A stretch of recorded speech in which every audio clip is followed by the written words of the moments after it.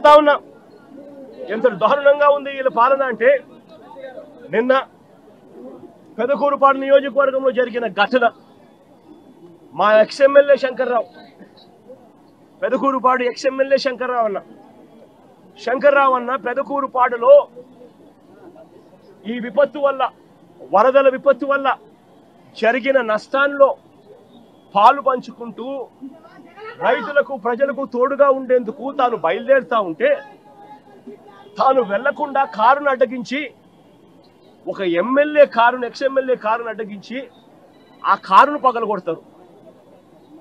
తాను వరద బాధితులను చూడకూడదట, వరద ప్రాంతాన్ని తాను పరామర్శించకూడదట. నిజంగా వాళ్ళు అనుకుంటా ఉన్నారు ఇలా ఎవరు కూడా పోకూడదు, ఇలా ఎవరు కూడా చూడకూడదు, ఇలా ఎవరు కూడా మాట్లాడకూడదు. ఇలా జరిగింది అని అంటే చంద్రబాబు నాయుడు గారి హయాంలో జరిగిన ఈ తప్పిదాలు బయటికి రావు అని వీళ్ళు అనుకుంటున్నారు. అయ్యా చంద్రబాబు, ఇవన్నీ తాత్కాలికమే. నష్టం జరిగింది ప్రజలకు, కష్టం వచ్చింది ప్రజలకు, దెబ్బ తగిలింది ప్రజలకు, నొప్పి కలిగేది ప్రజలకు. ఆ ప్రజలు చంద్రబాబు నాయుడు చేస్తా ఉన్న ఈ తప్పులను ఒకదానికి ఒకటి యాడ్ చేసుకుంటూ పోతా ఉన్నారు. యాడ్ చేసుకుంటూ పోయి శిశుపాలని పాపాల మాదిరిగా మీ 100 తప్పులు కూడా వేగంగా ముందుకు పడతా ఉన్నాయి అడుగులు. మీరు భూస్థాపితమైపోయే రోజులు కూడా త్వరలోనే వస్తా ఉన్నాయి. మీరు మీ పార్టీని కూడా గుర్తుపెట్టుకోమని కోరుతా ఉన్నా. ఇక్కడ నుంచి సామిరెడ్డి అని ఇదే పెదకూరుపాడు నియోజకవర్గానికి సంబంధించిన మరో నాయకుడు సామిరెడ్డి విషయంలో పరామర్శించడానికి పోతా ఉన్నా. తాను గతంలో మార్కెట్ యార్డ్ చైర్మన్ గా చేసిన వ్యక్తిని కారు అడ్డగించి కారు ఆపి తన కాళ్ళు తన చేతులు రెండు కూడా రాడ్లతో కొట్టి చనిపోయాడు అని చెప్పి తనను వదిలేసి వెళ్ళిపోయిన ఘటనలో తనను పరామర్శించడానికి పోతా ఉన్నా. నిజంగా ఏం జరుగుతా ఉంది?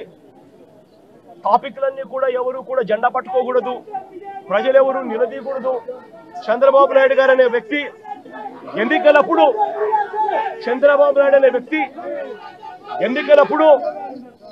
ఎన్నికలప్పుడు సూపర్ 6 అంటూ సూపర్ 7 అంటూ ఎన్నికలప్పుడు చంద్రబాబు నాయుడు గారు తప్పుడు అబద్ధాలు చెప్పాడు.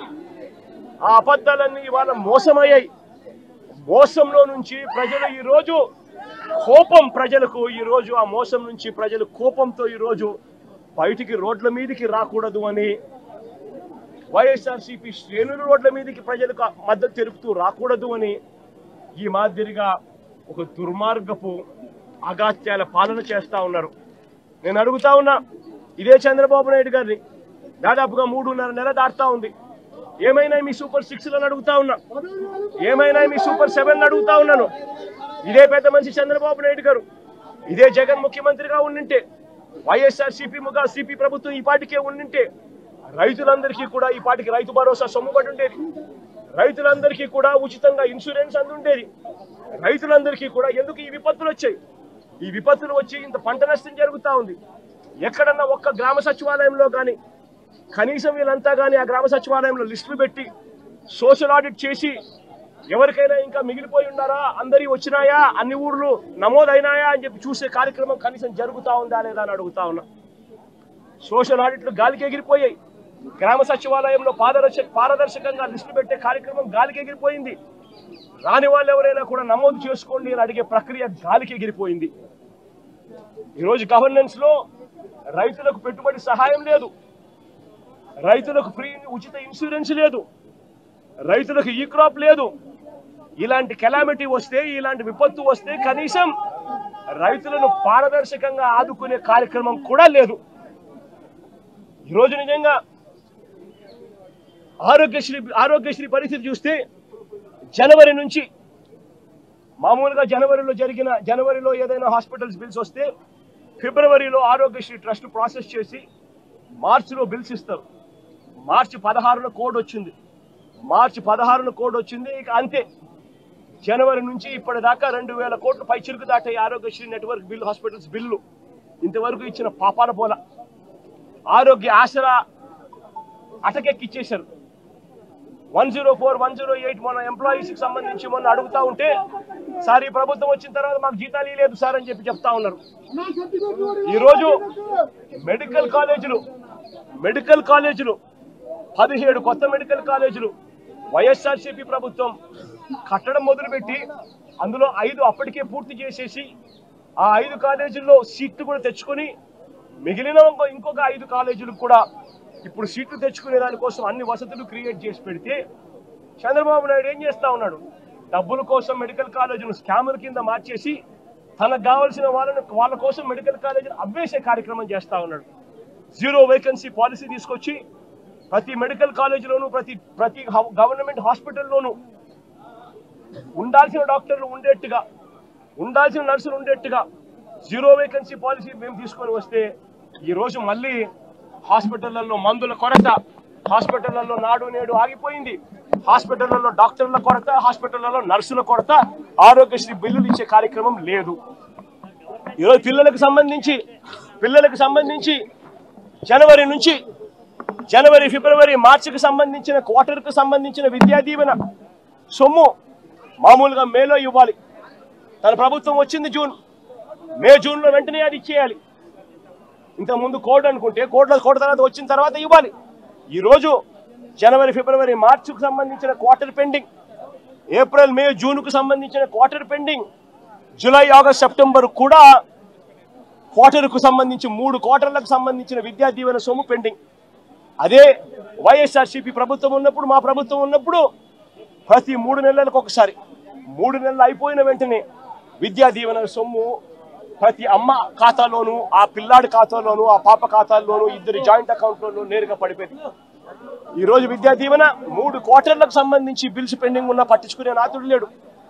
వసతి దీవెన ఇవ్వాల్సింది ఇవ్వకుండా అది కూడా పంపించేట్టుగా అమ్మఒడి అనే సొమ్ముతో తల్లి ఖాతాల్లోకి నేరుగా పడిపోయే పరిస్థితి గతంలో వైఎస్ఆర్సీపీ ప్రభుత్వం.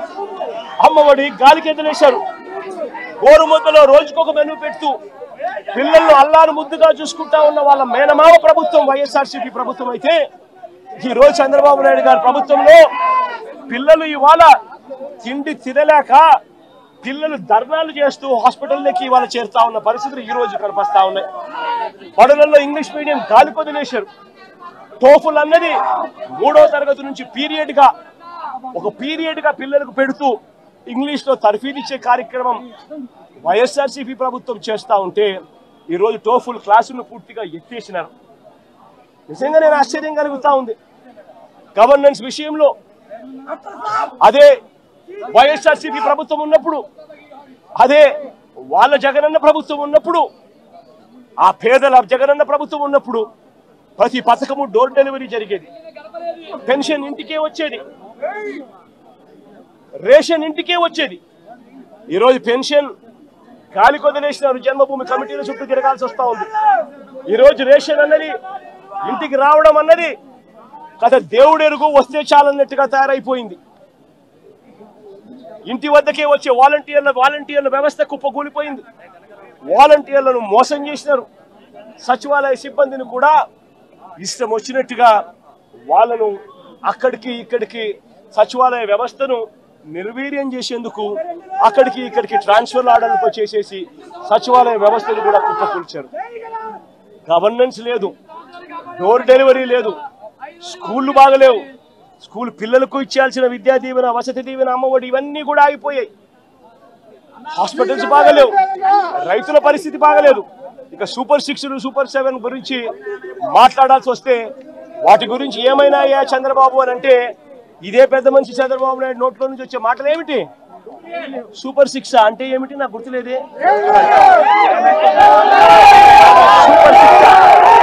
సూపర్ 7 ఇవా రాష్ట్రంలో అని ఇవ్వాలంటా ఉన్నారు.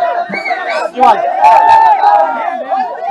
నిజంగా ఇదే పెద్ద మనిషి చంద్రబాబు నాయుడు అడుగుతాను, ఎన్నికలప్పుడు ఈ పెద్ద మనిషి చంద్రబాబు నాయుడు గారు అన్న మాటలు ఏమిటి? ఎన్నికలప్పుడు ఈ పెద్ద మనిషి చంద్రబాబు నాయుడు గారు ప్రతి ఎమ్మెల్యే అభ్యర్థులు ఇంటికి పంపించి డోర్ టు డోర్ క్యాంపెయిన్ చేస్తూ అన్న మాటలు ఏమిటి? పిల్లాడు కనపడితే చాలు నీకు 15,000, నీకు 15,000, నీకు 15,000, నీకు 15,000.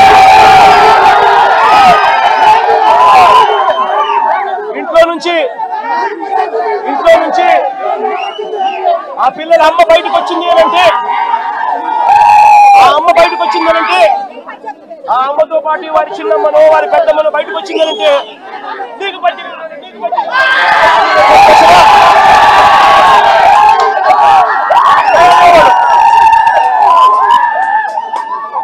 ఇంట్లో నుంచి 50 ఏళ్ల పైచిలుకు ఉన్న మహిళ బయటకు వస్తే చాలు. ఇంట్లో నుంచి 50 ఏళ్ళు పైచిలుకు ఉన్న మహిళ బయటకు వస్తే చాలు. జగనన్న చేయూత కింద ఇచ్చింది కేవలం 18,000.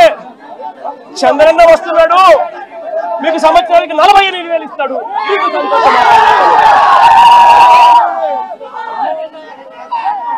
ఇదే చేద్దాం చంద్రబాబు నాయుడు.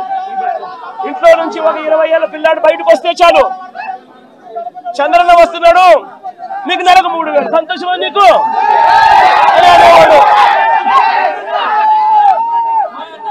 ఇంట్లో నుంచి కండువా వేసుకొని రైతు బయటకు వస్తే మీకు 20,000. సంతోషమా?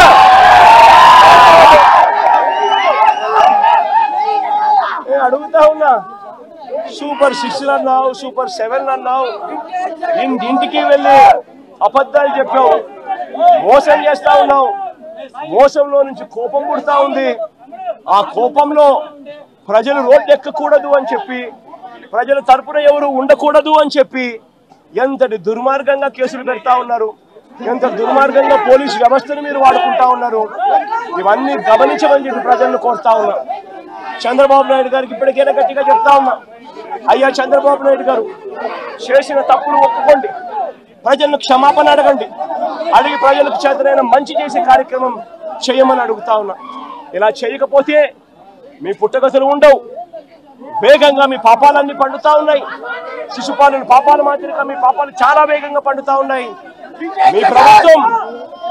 మీ ప్రభుత్వం నెక్స్ట్ ఎలక్షన్లలో సింగిల్ డిజిట్లు కూడా రాని పరిస్థితిలోకి మీ ప్రభుత్వం పోతుంది అన్నది కూడా ఇదే సందర్భంగా తెలియజేస్తా ఉన్నాను.